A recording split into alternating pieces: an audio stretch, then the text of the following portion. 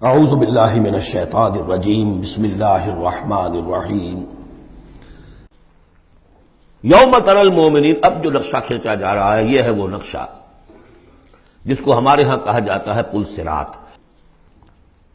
کوئی ایسا مرحلہ آنا ہے جہاں کفار کا تو معاملہ علیحدہ ہو چکا، کوئی بڑی چھلنی لگی تھی، کفار تو نکل چکے، اب جو دنیا میں مسلمان سمجھے جاتے تھے وہ آگے آئے ہیں۔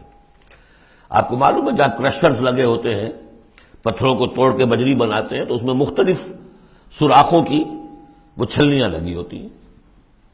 پہلے 1 انچ سے زیادہ کا پتھر جو ہے وہ علیحدہ ہو جائے گا، پھر ½ انچ والا علیحدہ ہو جائے گا، پھر 1/4 انچ والا علیحدہ ہو جائے گا، وغیرہ وغیرہ۔ تو وہاں پر بھی کوئی مستقل کوئی چھلنیاں، ایک چھلنی لگ چکی، کافر تو گئے، اب رہ گئے مسلمان۔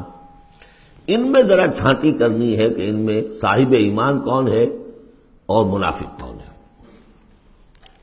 اس کے لیے پل صراط کوئی جگہ ہے جہاں سے گزرنا ہوگا، گھپ اندھیرا ہوگا اور اس کے نیچے ہوگی جہنم، گھپ اندھیرا۔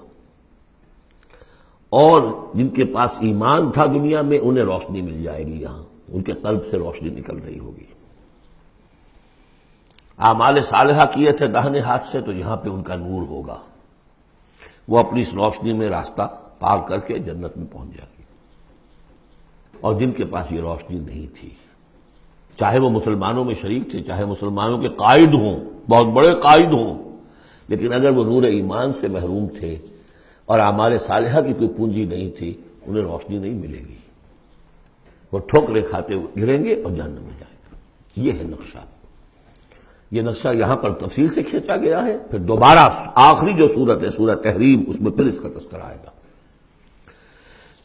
یوم تری المؤمنین والمؤمنات یسعی نورہم بین ایدیہم وبایمانہم، جس دن کہ تم دیکھو گے مومن مردوں اور مومن عورتوں کو کہ ان کا نور دوڑتا ہوا ہوگا ان کے سامنے اور داہنی طرف، سامنے نور ایمان اور داہنی طرف نور اعمال صالحہ۔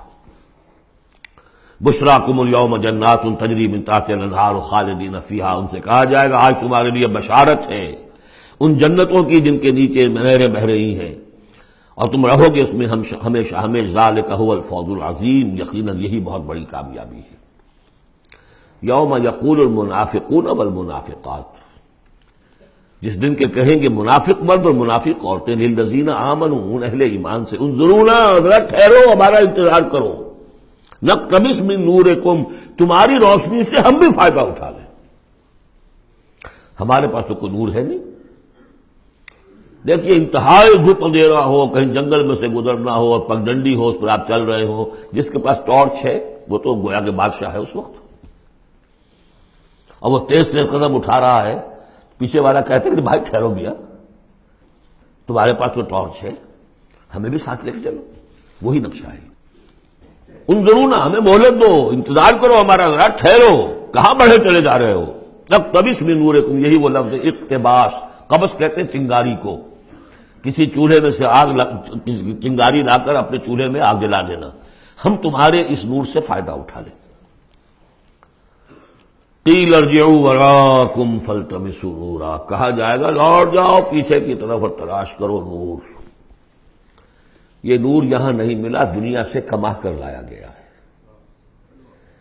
یہاں قیلہ کہا گیا، قالو نہیں کہا گیا۔ اہل ایمان کی شرافت اور مروت سے یہ بعید ہے کہ وہ یہ جواب دے، کوئی کہنے والا ہوگا اللہ کا فرشتہ، قیلہ کہا جائے گا، قیل ارجعوا وراءکم، لوٹ جاؤ پیچھے کی طرف، فالتمسوا نورا، اگر ہو سکتا ہے جاؤ دوبارہ دنیا کے اندر، وہاں جا کر ایمان اور عمل صالح کی کمائی کر کے لاؤ تو یہ نور ہوگا۔